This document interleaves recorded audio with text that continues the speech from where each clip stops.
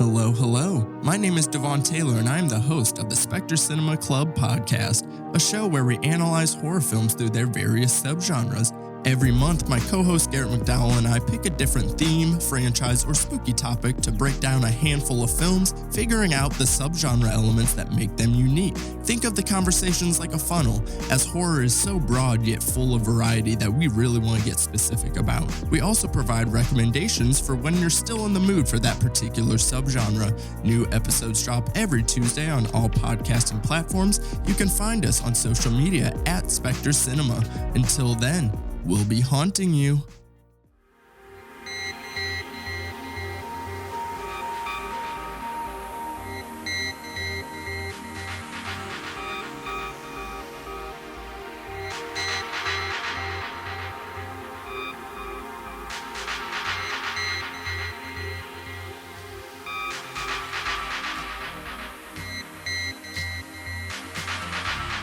Ladies and gentlemen, boys and girls, dying time is here. That's right. We're talking about Michael Jackson's Thriller music video. Shit, you know. On Kill by Kill. Well, greetings and salutations, Internet. It's your old pal, Patrick Hamilton, coming to you once again from the lovely Warehouse District of Los Angeles. This is the Kill by Kill podcast, where we are dedicated to celebrating the least discussed component of any horror film or music video, the characters. And we're going to unpack all the glorious details of 1983's Michael Jackson's Thriller music video in the hopes that a Vincent Price rap, their death, is just the beginning of the jokes we might make at their expense. And as always, there's only one person that I trust to make sure that, due to my personal convictions, that I wish to stress that this film in no way endorses a belief in the occult. The one, the only, Gina Radcliffe. How are you doing today, Gina? Hang on. I'm trying to clear my lungs of the funk of 40,000 years. It is tough. All right, I'm ready. What they don't tell you about the funk of 40,000 years is it is definitely funky, but it also, you can't clear it out. Oh, like, yeah, and I've got for days after. I've got like stink lines coming off of me like you would not believe. So you've got a dirty peanut situation. I am the dirty peanut. Oh my goodness, Gina, this was one of those things I thought was a really funny idea. Sure. And then as I started watching it, I began to remember all the reasons why it was pretty fucking stupid to suggest, mainly being there are no characters in this outside of Ola Ray, a former Playboy playmate, and Michael Jackson attempting to be a normal heterosexual man, which probably is not his forte, and zombies. That's it. And Vincent Price's disembodied voice. I mean, and also it's just too good. It's too good to make fun of. It is too good. I mean, there's no stupidness in terms of its filmmaking to laugh about necessarily. It is very well constructed. It's very well edited. It's very well conceived and conceptualized. It is also decidedly odd in terms of its story. I think the story is where things start to break down as they're trying to make a short film and they're using little things to kind of clue you into a storyline. None of those things seem to make any bit of sense whatsoever. Well, I don't think it's supposed to be I don't think there's supposed to be much of a plot to it so much as this is our tribute to horror movies. Part of that, of course, is the idea that Michael Jackson had done this song on the album. It was not meant to be a single, but they go through Billie Jean and Beat It, and they're gigantic. And now he's facing competition from a bunch of other sources, your Cyndi Laupers, your Lionel Richies. And he's starting to slip down the charts just a little bit. And he's kind of obsessed with staying at number one because he's really been aiming to have this album be just nothing but smash hit singles. And so he goes to his record company, Epic Records and is like, hey, thing is, I would like to do a giant music video for Thriller. And they're like, the fuck you are, because we're not paying for that. And he's like, all it will take is like $1 million. And they're like, oh no, no one on earth would pay $1 million for a fucking music video. You absolute tool who's earned us multi-million dollars at this point. Just stop and listen. You understand that this was a time when people were saying no to Michael Jackson. After Billie Jean and Beat It, he's essentially broken the race barrier on MTV, something that had just locked out black people from ever appearing on their airwaves. And Michael Jackson essentially makes music videos so undeniable and hit songs so undeniable, they're like, I guess we allow a black person on the air? Shrug. And just one per hour. Just this one guy, though. And he's like, hold on. I might get a few more people through. And Epic Records is like, fuck this. Here's what we'll do. All right. We're not paying for another music video of yours beyond this. We'll give you $100,000. Anything beyond that, you raise on your own. So Michael Jackson's like personal producer goes, I've got a plan. And he goes out and he gets unconvicted manslaughter enthusiast John Landis on board as director. The same year that the Twilight Zone disaster happened. Same year. In fact, in the making of video that we'll discuss a little bit later, you can see various people wearing Twilight Zone t-shirts as if that is a good thing to have on your body. Well, at the time, it might have been. There were still 3 bodies in the ground because Landis was so high on cocaine, he didn't care what was happening in the middle of the night. But okay, so he gets his manager and George Folsey Jr., which is Landis's manager. They come up with a plan. And basically, Viacom at the time is comprised of a bunch of different things, including MTV and Showtime, right? And so they sell the television networks the rights to not only Thriller for a window, but the behind the scenes video that precedes it. That's like basically makes it an hour of programming. And they're like, great. So they pay like over $500,000 each between the two of them. But they only have the TV rights because then they go to Vestron, the VHS company, and they go, we're going to sell you the VHS rights to this. And they're like, great. Super. Here's $500,000 up front.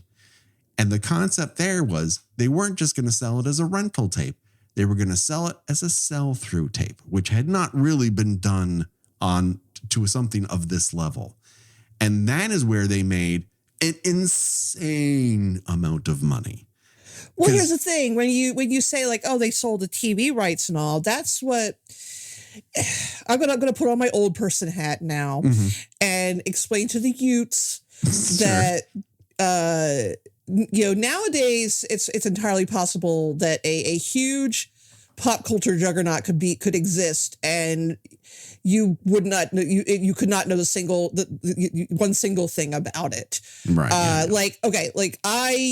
I understand and accept that Taylor Swift is our biggest pop star right now, but since there's no radio exposure anymore, I know I could probably rattle off the title of maybe 3 of her songs off the top of my head. Now, again, that's not I am specifically not interested in Taylor Swift. I just, don't travel in the channels where I have to seek her out. And I have not, as opposed to the monoculture we grew up in, right? Whereas shit was unavoidable. Thriller was inescapable. Yeah, our parents knew about it. All of your classmates knew about it. It crossed over generations because it was running on MTV literally once an hour. Yeah. And then it was airing on regular television, like beyond like Friday night videos and the stuff that, the kids who did not have access to MTV at the time were watching. So everybody knew about that. It was saturated. And in terms of its sell-through as a videotape, for a very long period of time, the VHS rentals were set up in a rental market, which a store would pay a premium, somewhere around $70 to $80 for each individual VHS tape, and then would make money back by renting it out. So you're paying more up front, but you're keeping it for the longevity of that VHS tape. You know, an item which we both know is impervious to any sort of damage due to heat or maltreatment. It was gold forever. And when you loaned it out to a bunch of fucking people, they treated it like it was fine china. They never disrupted it. Of course. But so at that price point, you could not. I wanted to own a copy eventually of Better Off Dead from 1985, but could not afford the $90 it would cost to actually buy it. It's when you look at like, you know, old magazines and you see like a movie like I don't know, like some relatively obscure 80s comedy like Hamburger the Motion Picture or something. You're right. Where, great low price of $89.99. Mm-hmm. They could sell it at supermarkets. They could sell it outside of record stores. They could sell it anywhere that would just put up a standee or make it available. And when I say they made money off of this, an ungodly amount of money off of this. Yeah, getting on board with this was the best decision John Landis could have made, second to whatever lawyer he got to get him off of these manslaughter charges for Twilight Zone. Right. It's kind of crazy. Now, the song itself never meant to be singles, we said, because it's like 6 minutes long, right? And generally, really I think that there was a cut down radio edit, but the album track is over 6 minutes long. Yeah. Do you know the original title of Thriller? I don't. Starlight. Of course. The original lyric was "Give me some starlight, starlight, sun," and you're like, no, that's a first draft. Yeah, that's how you ball that up, you throw it in the trash can, Michael. Yeah, but I urge everyone on the face of the planet to look up Rod Temperton. Temperton was an English songwriter. He was a studio musician. He had so many fucking hits under his various bands that he played with. I don't know why that was so hard for me to come up with. But like Boogie Nights, bum, bum, bum, bum, bum, bum, bum. He wrote that. Give Me the Night by George fucking Benson. He co-wrote.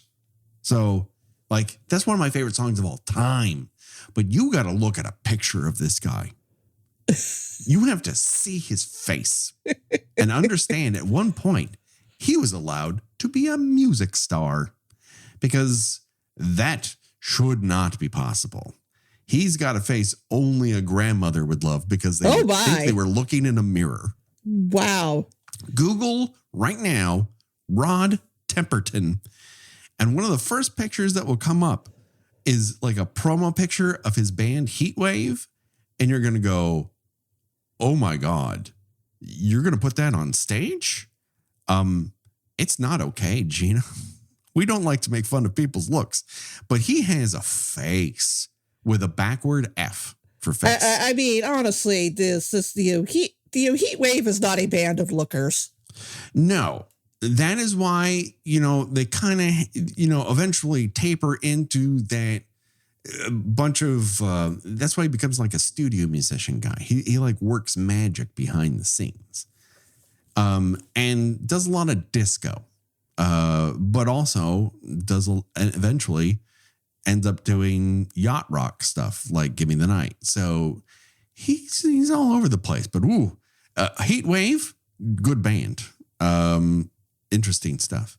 Good musician, weird looking guy.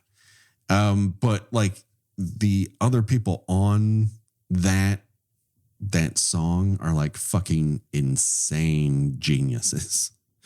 The bass is off of a synthesizer. You've got them doing these weird Rhodes piano tricks. You've got these great studio musicians doing guitar licks all over the place. And they went to Universal Studios to like make the door slams and all the creaking noises in it. It's got all this effect to it. And of course, then you have Vincent fucking Price doing, as the end credits tell you, a rap. Rap. Rap. And he's not really rapping.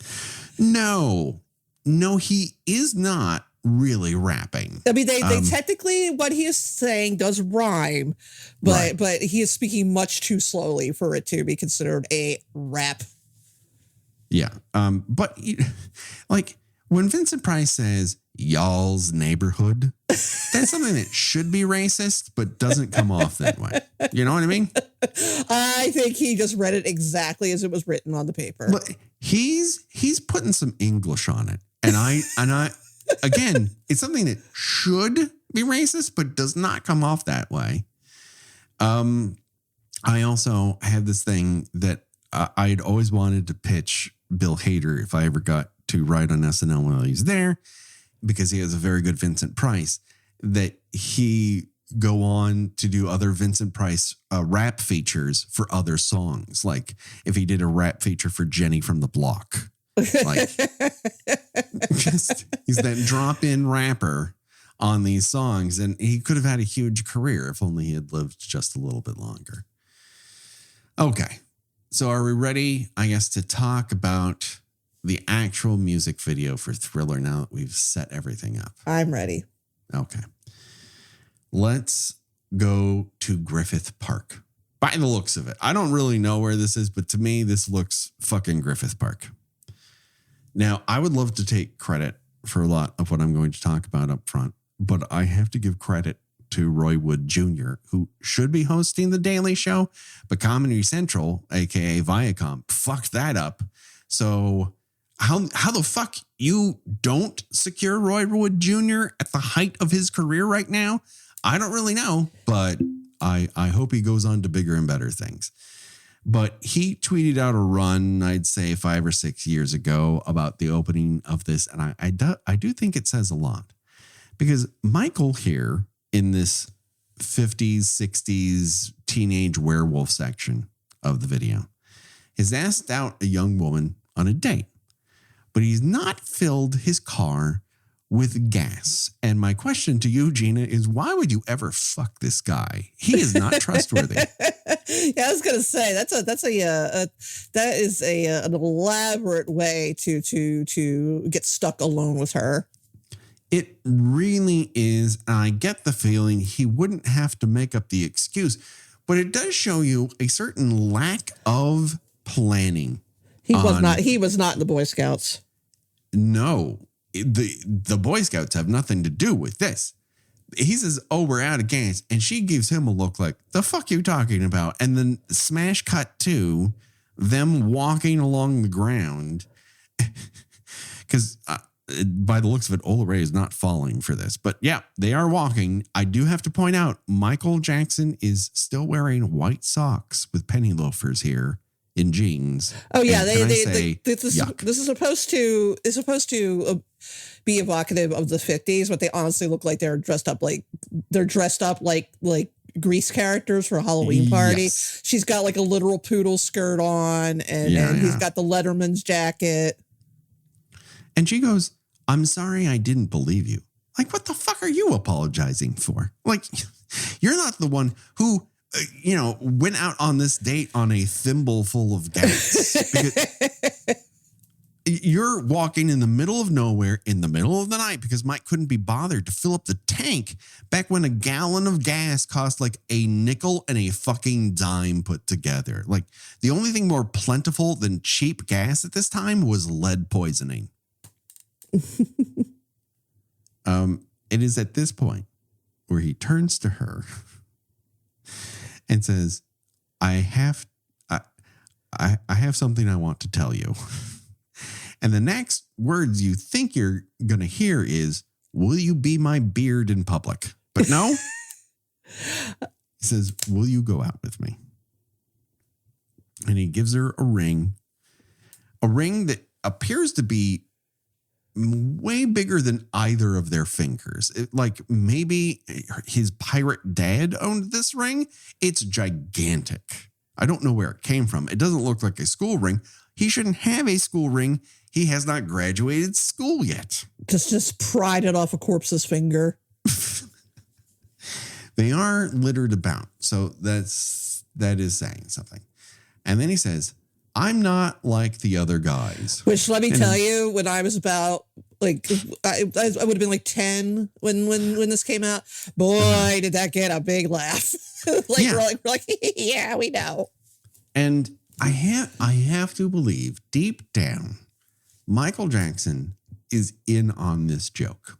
Like he understands how that's going to be interpreted, and he is okay with it because, while it looks like he's saying I'm not like the other guys, wink, wink, but it also, when he starts to cramp over, you think, you have IBS? What's happening here? But no. Yeah, he does do a little bit of an ooh, like he did just get hit with a massive stomach cramp. And he crumbles to the ground. And this is where you also can tell maybe this isn't the guy that you trust to go out with long term, because he's run out of gas. And to tell you how forgetful he is mere moments from turning into a werewolf or a werecat. Fuck if I know. It's supposed to be a werewolf. It looks like a werecat. But it's the full moon. This literally happens every month, Gina. Again, this is just poor planning after poor planning. And it's like, the question is did he bring her out here and go through all this with the intent of eating her? You have to wonder, like, if you really liked this girl, why do you need to eat her? And does he have a shoebox full of rings in his house? Right. Has he picked them up out of some penny candy machine that he's just giving random girls all over the Southland on midnights because he's like, I want a guaranteed meal. Is that the plan? He's just working through the senior class. Because it's not like, oh, well, you can always know a full moon because your phone always tells you now. A farmer's almanac existed in 1983 and in 1963 for also, that fucking I think the newspaper also publishes what state the moon is going to be in. So it's not a hidden fact. Yeah, he just sort of like, oops, forgot I was a werewolf. Ran out of gas. Oops, I'm a werewolf. The first you can go, all right, that's bad luck. Then you turn into werewolf cat.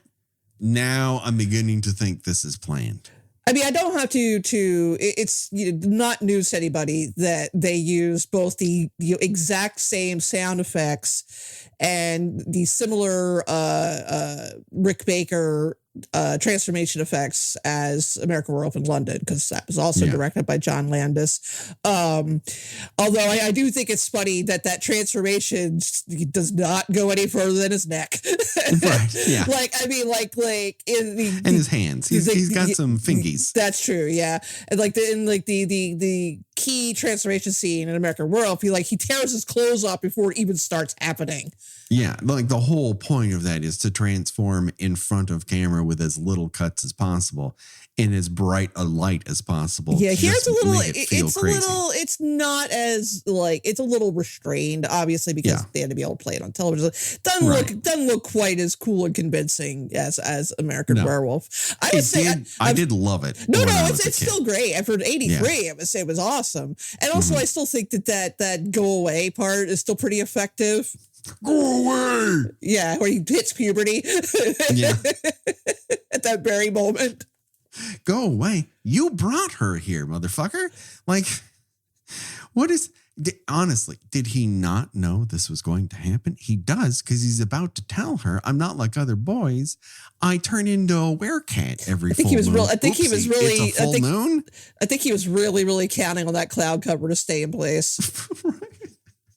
He's like the Twilight kids who move to the cloudiest place and go to school. The sun never breaks through when you're in science class. Like you never start glittering in the middle of history. I don't know, man. I don't know. That being said, there are very few transformations on film that lead with the eyebrows, that go from eyebrows out. But here you go. This one does. And I also don't want to victim blame here, but Ola spends a lot of time during this transformation just screaming in one place instead of running for her life. And kind of like doing that thing where she puts her hands up to her face. Yes. But not touching, but near. It like flames on the side of her face, but she's screaming and not getting away from this. Like, no, I'm not going to leave until I see it all the way through. Until he gives me one big roar, and then it's time to start hustling. How much do you need to see before you just get the fuck out of there, Gina? Yeah. I think that the first go away would be like, well, goodbye. All right, you know what? You told me to go away. I'm going. Bye. You're not wrong. Don't gotta tell me twice. Dude, there's a cloud in the shape of me behind me. I hope you enjoy that one, because I have painted a tunnel on this rock wall and I have run through it. I'm running so fast, my shoes are behind me. That's where I'm going. I am running so fast. There's a comic sound. Literally, yakety sax is playing behind me. So she takes off, not along the road, straight into the forest, which is, I'm telling you right now, bears and werecats don't run uphill thinking you're going to outpace it. You run downhill, or you don't run at all and you project yourself bigger and they get scared of you. I don't really know how werecats work. I'm more of a bear guy. Anyways, at one point, Michael Werecat bursts onto the scene and karate chops a tree. And the tree snaps in half. Kind of. Yeah, the tree's like, all right. Okay. Well, all right. Do we have a take two on that? No, just one tree. Okay. That works for me. I don't know what that tree did to Michael, but he's dead now. So I guess he fucking deserved it. The other thing is, during this chase, at one point, Michael looks up and howls at the moon. Cats aren't really known for their howling. Well, no. So, I mean, I think he is supposed to be a werewolf, but they've given him like this kind of like long hair and pointy ears. But he's requested a cat. When you see the behind the scenes stuff and they're going through, all right, I did this transformation on acetate over a cover of Rolling Stone. The specific goal was to make him into a crazy werepanther, not a werewolf. But he acts exactly like a fucking werewolf. And I don't quite get that. Anyways, Ola Ray, former Playboy Playmate, loses her footing, falls on a bed of pine needles. Like a Christmas tree has just been defrocked right in front of her, and she just falls to the ground. And then Michael Jackson goes, "Rawr," and we cut to the interior of the Rialto Theater in South Pasadena. So remember back to Scream 2 when we saw the outside of the Rialto, and then the inside was the Egyptian Theater. Now we're seeing the inside of the Rialto, and when we see the outside of the movie theater is a completely different place. In the background, we have Forey Ackerman. Forey Ackerman, a big monster kid. He did a movie. Famous Monsters of Filmland. Famous Monsters of Filmland was Filmland. That's Forey Ackerman's joint. And so yeah, he's there. There's also what appears to be the Buggles frontman in the movie theater with fucking sunglasses on. Now, Gina, I should have sent this to you ahead of time, but I'm sending it to you now so you can see for yourself. In the messaging app, here we go. Right there, you can see Forey behind Michael, then Ola Ray, keep going, lady on a date, Buggles looking motherfucker with sunglasses on inside a movie theater. Gina, what is going on here? It sounds like, a couple of, hey, making a video, want to be in it? Sure. I got 20 minutes.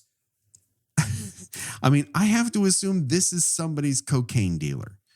That is the only excuse for this person being this prominently featured in Michael Jackson's Thriller. I got a question for you, Patrick. What is the better fake horror movie audience? This or the audience in Terror in the Aisles? Oh, Terror in the Aisles. Because not only do you get various levels of audience interaction because they're being prototypical in certain degrees, but also vaguely racist at certain points too, which I enjoy as a white person of a certain age. I find that hilarious, and I need it in my 80s comedies at all times. When are we doing Terror in the Aisles? How could we possibly? We've been talking about it for like years. We have. And I'm just not sure. We just review the non-movie portions of Terror in the Aisles. Is that what we do? It's kind of hard because it's just people talking. Yeah. But I guess we review what they say, whether or not those montages work, and really drill into what the fuck is going on with these movie pages. Yeah, and why is Nighthawks in this? Why is 20 minutes of this movie dedicated to Nighthawks? Which is a perfectly. It's more in the TV version. Yes, the movie version does have Nighthawks content. Don't get me wrong. There's Nighthawks content, including the grand finale of Nighthawks, in which Sylvester Stallone portrays his bionic girlfriend in the kitchen, turns around, he's got a full fucking beard and his giant 1980s hair barely underneath this blonde wig. Like, there's no way you could ever mistake Sylvester fucking Stallone in between Rockies for Lindsay fucking Wagner. I think the best part of that is Rutger Hauer. What?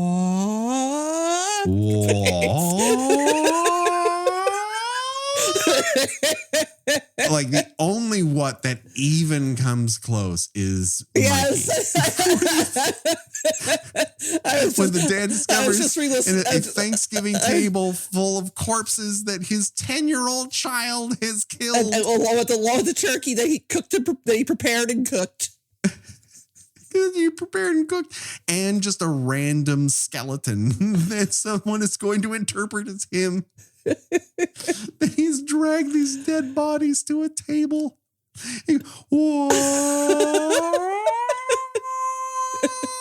But then he goes into a full cry session. Oh, what a motion picture, Mikey. Yeah, man, I wish I could watch it and talk about it. I just re-listened to that episode recently, and it is still a delight. It is. I mean, the person who recommended Mikey to us, please stand up, because I can't remember who it was. Maybe it's in my notes, but oh my God. If you have a movie as good as Mikey, you let us know, because not only did we like it, but the numbers were great on Mikey, which I found astounding because I'd never heard of the fucking thing before we talked about it. I think it's coasted on a lot of, I watched this when I was a kid nostalgia. Mm-hmm. So let us return to the land of Thriller and discuss Michael Jackson's popcorn habit. Now, many a gif has been made of Michael Jackson eating and popcorn. Smiling and kind of like shaking his shoulders, like he's real. I really love this part because it's the most it's almost as if he's been denied popcorn for because he is like everybody else is kind of like ooh, oh, ooh. He's just like yeah. Which is like I felt that in my soul, like yeah, go. I love popcorn. I love horror movies. And Ola Ray is like, I cannot stand this for 1 second longer. I am leaving. And she goes, and he stays and eats popcorn for another 5 seconds and then goes, I'm going to look bad if I don't walk out with her, and hands his mostly full bucket of popcorn to the lady next to him. This lucky lady gets a free refill here of unbuttered popcorn, and she's into it. And when they emerge, they come out from the Palace Theater that's in downtown Los Angeles. Many of the movie theaters that are out there include a lot of Vincent Price. We got The House on Haunted Hill. We've got The Mask of Red Death. We've got the 53 version of House of Wax. We got a nice theater of blood going on. We also have some Landis films, pre-manslaughter. We've got Schlock, An American Werewolf in London, and then one poster of Pieces. Just Pieces. Just sitting in the lower left-hand corner. Fucking Pieces. Now, I never would have picked that out in a million goddamn years, but they res this up to fucking 4K, and you can sure as shit see it now. You notice how often Pieces seems to come up in our various episodes? Pieces is everywhere. But I think the thing about Pieces is, A, it's exactly what you think it is. B, Pieces typifies the idea of a gory slasher movie without being so identified with a giant franchise you would have to pay for. Like, it's cheap to get a poster of Pieces. The producers of Pieces would love for you to feature that poster because they need all the advertising they can get because they're not giving up a red cent. I mean, I can definitely picture myself sitting in a theater, watching Pieces while everybody else like, ooh, like taking a handful of popcorn, like making, a happy little shimmy. Well, I love Bluto. I love that he picks out bloody chainsaws. I love that the guy at the end gets his crotch ripped out for no fucking reason. I like kung fu professors. I love Bastard. I love every part of it. I love sex on a waterbed and getting high there. It's nothing is better. Cut to exteriors of the section of LA along Union Pacific Avenue. It's a bunch of warehouses out there. It's along the train tracks, as Union Pacific might give it away. This is where a lot of the stuff from the ports of Los Angeles and Long Beach, they come up the 710 and at the time the 110, and they get delivered to the train tracks and they go everywhere else along the country from there. And so it's a real gem. Like, you don't have to make it look abandoned at night. It's just naturally abandoned at night. Yeah, we have a couple places like that over by the Gowanus Canal, where if you fall in the water, you will instantly turn into a skeleton, like at the end of House of Haunted Hill. Yeah, it's tailor-made to be in a zombie feature. This is also the kind of the part of town that's featured in Return of the Living Dead. So it's just like a lot of empty joints out in that hood. It's kind of south of the 5. And I think this is when we need to talk about the outfits, Gina. We need to discuss. There is a lot of pleather happening here.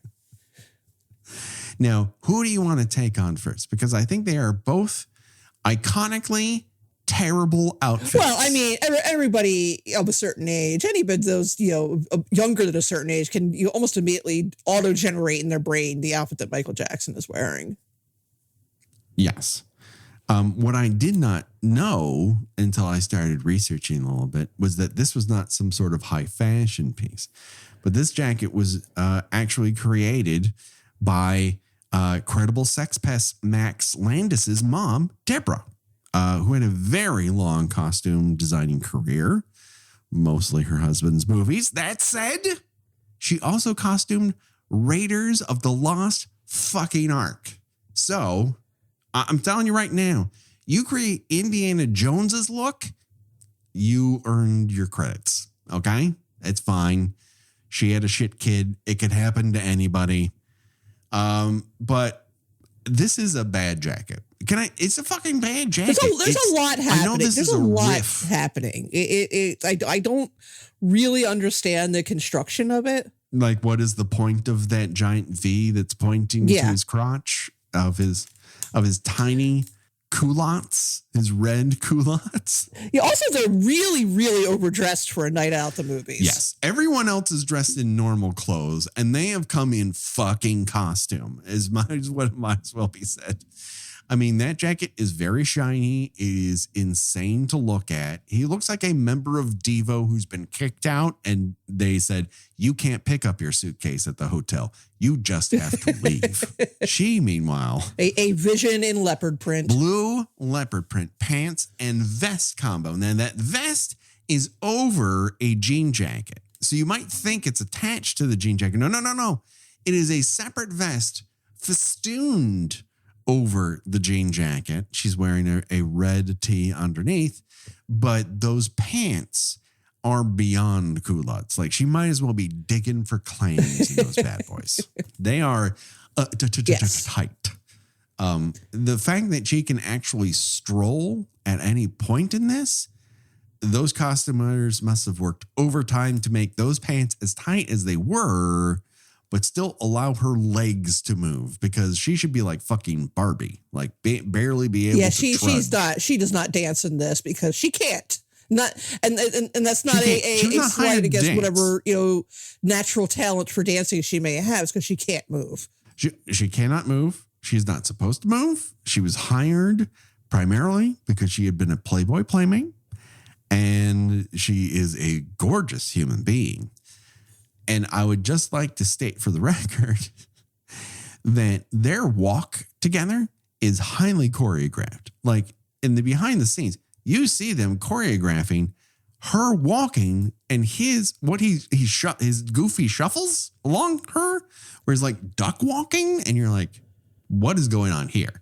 It's all the lead up to the really big dance sequence, but you're like, is he just making this up on the fly? No, they trained for days to make this shit happen. Yeah, she's almost kind of walking in like a rhythm too. Yes, she's definitely trying to walk in that rhythm, mostly succeeding. Every once in a while, stopping for a gag, like when Michael goes, you hear the door slam, slam. And he does this like door slam movement, and she flinches. Like, don't hit me. Did you think Michael Jackson was about to hit you? Like, is that what I am supposed to think? Or she's scared by the door slam sound effect that only she is hearing? He generated from the air. Right. Yes. Because of the music track. Just very odd. I would like everyone else to keep in mind that this was choreographed by Michael Peters. Peters was an accomplished dancer on the Broadway and ballet stage. He became a choreographer. You might recognize him as the black gang leader of a white gang in Beat It, or the pimp who just can't keep control of Pat Benatar in Love is a Battlefield, both videos he choreographed. Yes, he made Pat Benatar dance, and dance well. That's how good he fucking was. He won a Tony for the choreography of Dreamgirls on Broadway, and was once called the Balanchine of MTV. And unfortunately, he died of AIDS-related illness in 1994 because we can't have nice things. Yeah, no, I mean, he would be like in his 70s now, presumably still dancing. The world would be so much better if he were still around. It fucking sucks that he's gone. But at the very least, we have this to look at. Now, at a certain point, after the initial 2 sections of the song, they walk by a graveyard set, which is filmed inside of a soundstage. Rick Baker is the main designer behind many of these designs, the werewolf, werecat, and also the zombies. And his zombies are decidedly different from your Romero zombie for the most part. He's really leaning into the Tombs of the Blind Dead style of zombie here. A lot of protruding skulls. The zombies that crawl out of the graves are mostly Rick Baker's crew, because all of them had life casts already made. They all knew the drill of putting on elaborate makeup, and none of them were going to dance. So all of these out of the grave zombies are basically Rick Baker's dudes. Do you have a favorite? I mean, the skeleton that pushes back the lid of his crypt in the ground and stands up out of the fog. That's what is going on inside his grave. There's that much fog. I mean, they buried him with his favorite fog machine. Clearly, he was a roadie for Led Zeppelin. Yes, and things went poorly. He choked to death on his own vomit after a wild night of partying. And the thing is, the police told us better to just leave it alone, because we don't talk about it. You don't want to know the answer. The thing is, you can't dust for vomit. That's the problem there.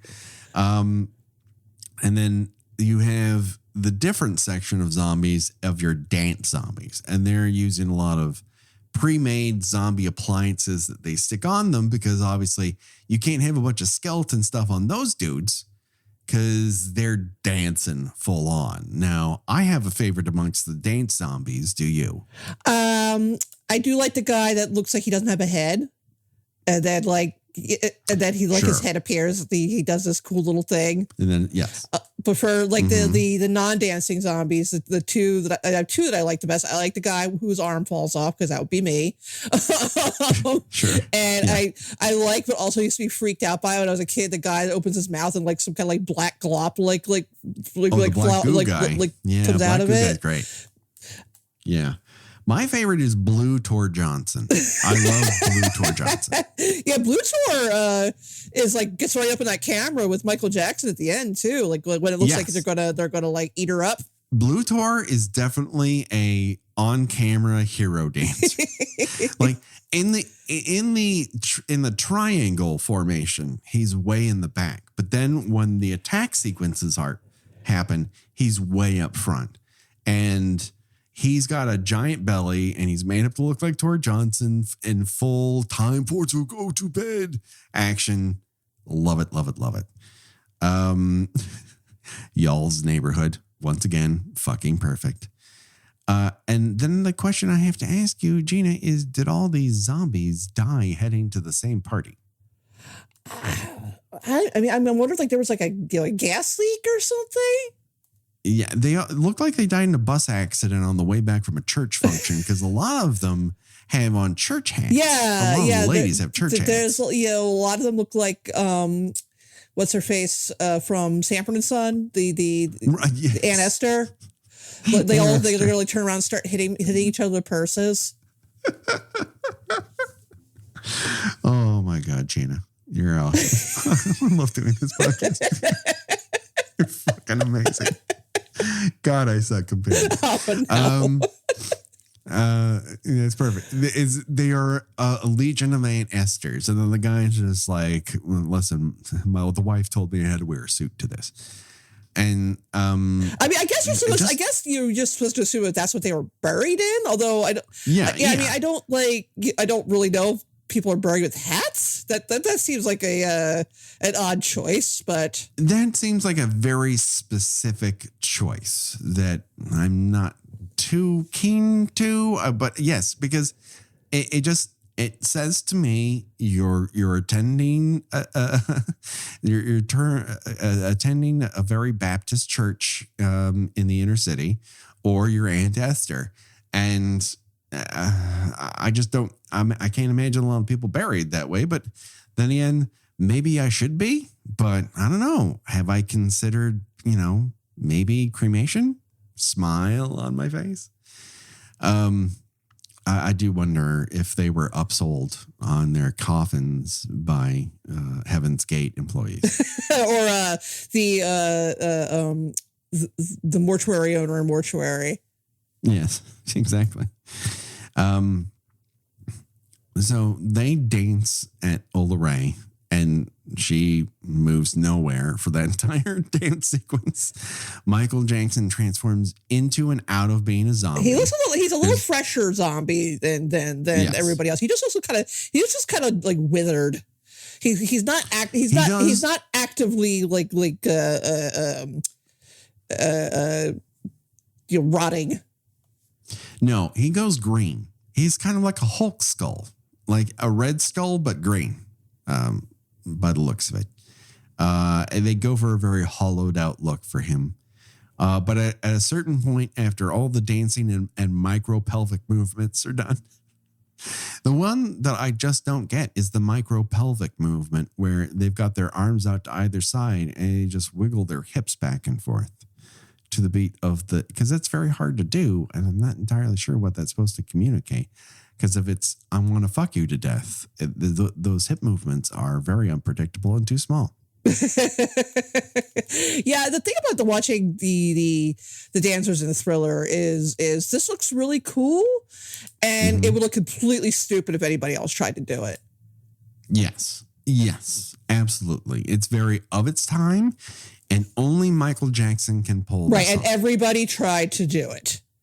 Like, yes, including prisoners. If you go back in YouTube history and learn about the early viral videos of YouTube, foreign prisoners would do this as their exercise. And then they filmed it and everyone watched it like, yay, they're still in prison, everyone. They're still in prison. Because apparently learning how to do the Thriller dance does not knock anything off your sentence. No, it does not. It doesn't earn you extra mashed potatoes or anything like that. Then we have this little micro Night of the Living Dead movement where Ulrich goes to an abandoned home, hides in some sort of den, and Michael and the other zombies break through all the various doors, windows, and floors to attack her. And then she wakes up in what I assume is Michael Jackson's place. She went back. It does kind of look like, it looks like a granny house though. Like there's pink floral wallpaper. Well, Michael Jackson is still living with his parents, both in this movie and reality. He's not living on his own quite yet. He earns the money to buy Neverland from this album and specifically the sell-through sales of this music video. Doilies on everything is appropriate for him. And he's like, hey, wake up. I'll walk you home. And then he turns around at the camera in one of the most famous shots of this very famous music video. And he's got cat eyes, but one of them is at midnight. And the other one is at 2 o'clock. Yeah, it kind of looks like he hurriedly put those contacts in.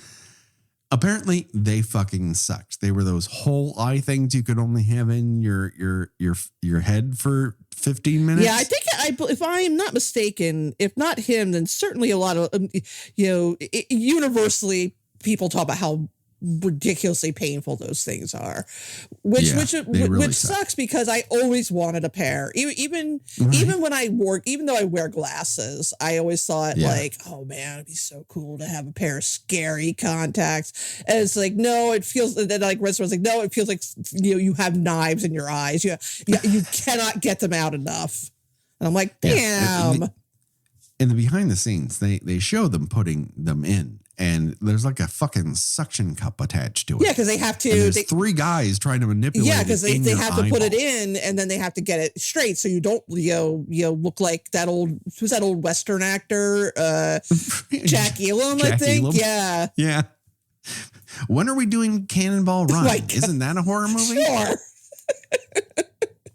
Hey patrons, make us do Cannonball Run. Make us do Cannonball Run. We will talk about it. Oh my God, I could talk forever about Cannonball Run. The notes that I would have on that motion picture. But yeah, I love his off-center cat eyes here at the end. And it's just like, director John, I was not convicted of manslaughter, but everyone kind of knows I did it. Like, there's like full credits for this music video. It's amazing. When did you first see it? Oh God, I mean, I had MTV from the beginning. So I'm sure I must have seen it right from Jump Street. Yeah, I definitely saw it during the 24 hours of Thriller, where all they did was just show the music video and the making of back. Yeah, like I didn't watch the behind the scenes in preparation for this, but I do remember seeing it. The one I've talked about a couple of the weirder components of it, including what I haven't talked about is John Landis picking Michael Jackson up at one point, and you're like, that's fucking weird. But also, John Landis, who is not a hefty dude, is able to just hoist Michael Jackson like he's not even a potato sack. Like he's just a twig. Puts him over his shoulder in a fireman carry in one fell swoop. A little infantilizing, but okay. I mean, there is one thing I do recall, and we briefly talked about this before we started recording, is the scene where Michael Jackson is practicing the transformation. Yeah. And all I have to say is thank God they looped in that audio from American Werewolf. Yeah. It is no. You don't want on-set sound. You don't sound like you're turning into a werewolf, Michael. You sound like someone is squeezing your balls. Which is hard to do in the pants that he wears in this music. I mean, they're getting squeezed enough on their own. Yeah, like what damage is someone else going to do? You don't need Moochie from John Carpenter's Christine for that bad boy.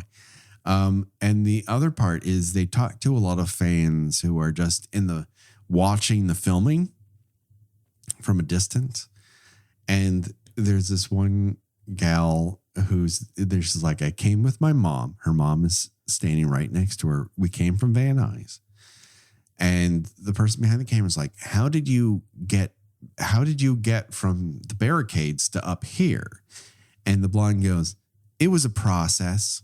And I think, oh no. Oh boy. Was there some sort of like favors exchanged here? I just don't know who on this set you could approach to get from behind the barricades to get a signed picture of Michael Jackson, and you describe that process as quote unquote a process.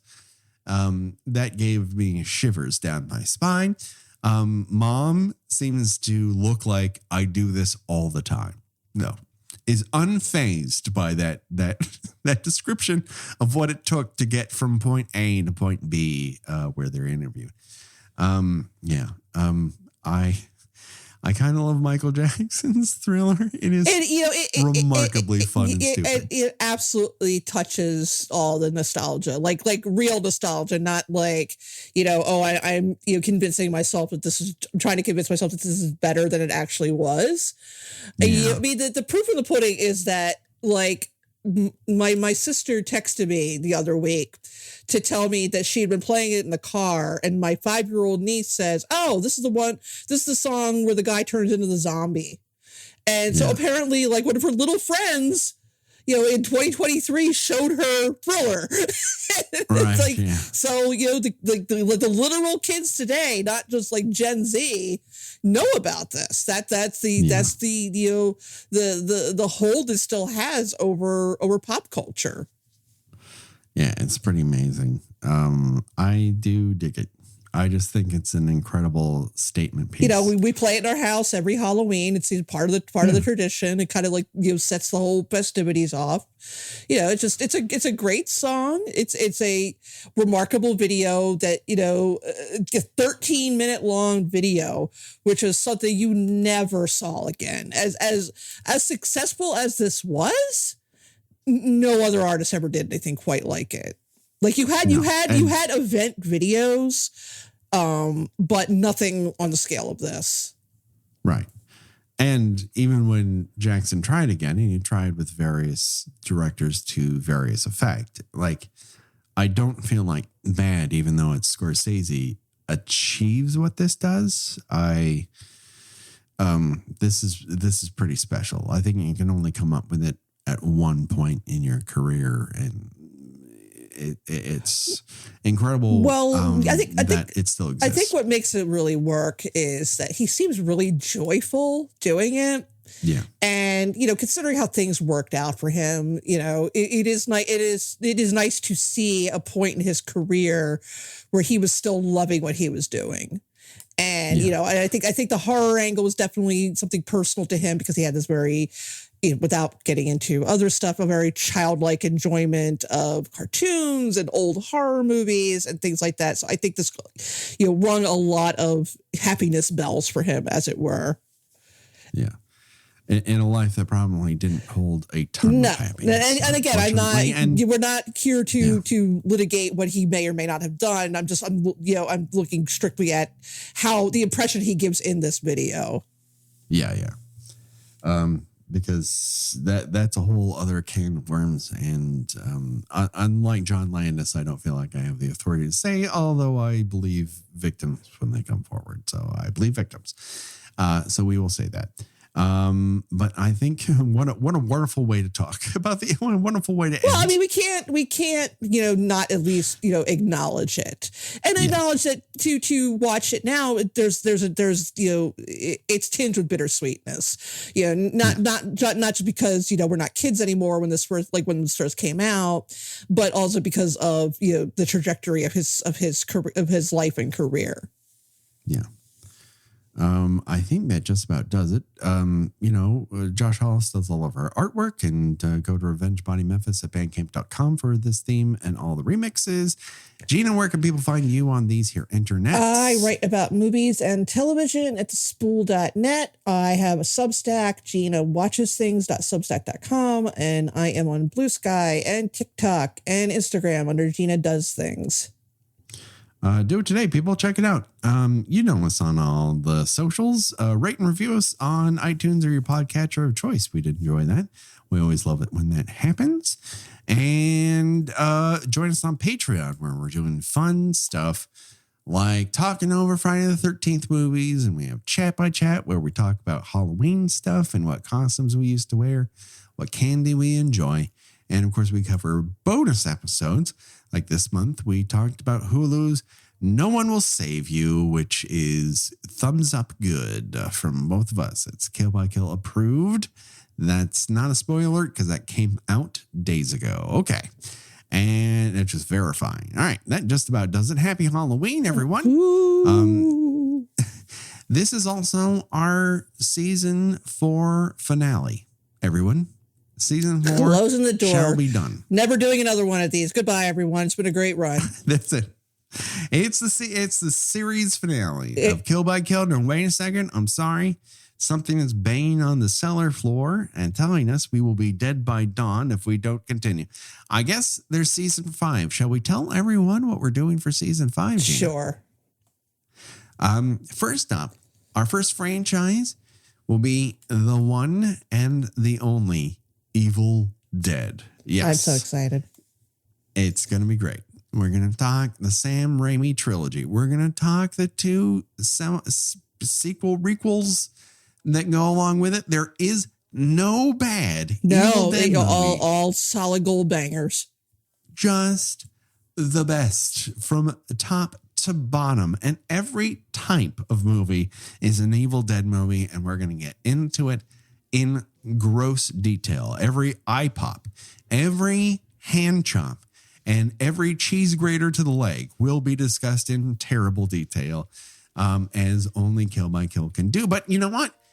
There are only 5 movies in the Evil Dead franchise. If we left it there, it feels slightly incomplete. Seems like there's a monster out there that we haven't covered that gives us a lot of freedom to move about and talk about all sorts of different versions of it. And it's one that's close to your heart, Gina. Yes. We are doing vampires. Vampires. You have vampires, your Draculas, and castles thereof. We're going anything that's fanged and wants to suck your blood, doesn't drink wine, and here's Children of the Night. We're doing every vampire ever made. We'll be making 450,000 more episodes of this. We'll be recording from the nursing home. Yes. We're going to make selections. All right. We're not going to cover every vampire movie, but we're going to cover some of the very best and some of the very worst. We're going to we're going to try to hit some of the vampire movies that we've always wanted to talk about, but felt we weren't quite there yet. Things like The Lost Boys will eventually come up, that both Gina and I loved. And of course, Bram Stoker's Dracula, which is one of Gina's favorites on the face of the planet. Yes. And so we're going to be all over the map. We're not just going to do 80s vampires. We're going to try to cover a wide diaspora of vampire movies along the way. Just dot them in here and there. Call this season Ash v. Vamps.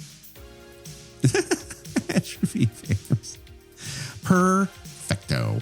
I don't even know why I'm in marketing. I should just let you take it over, because that is what we shall call it, Ash versus Vamps.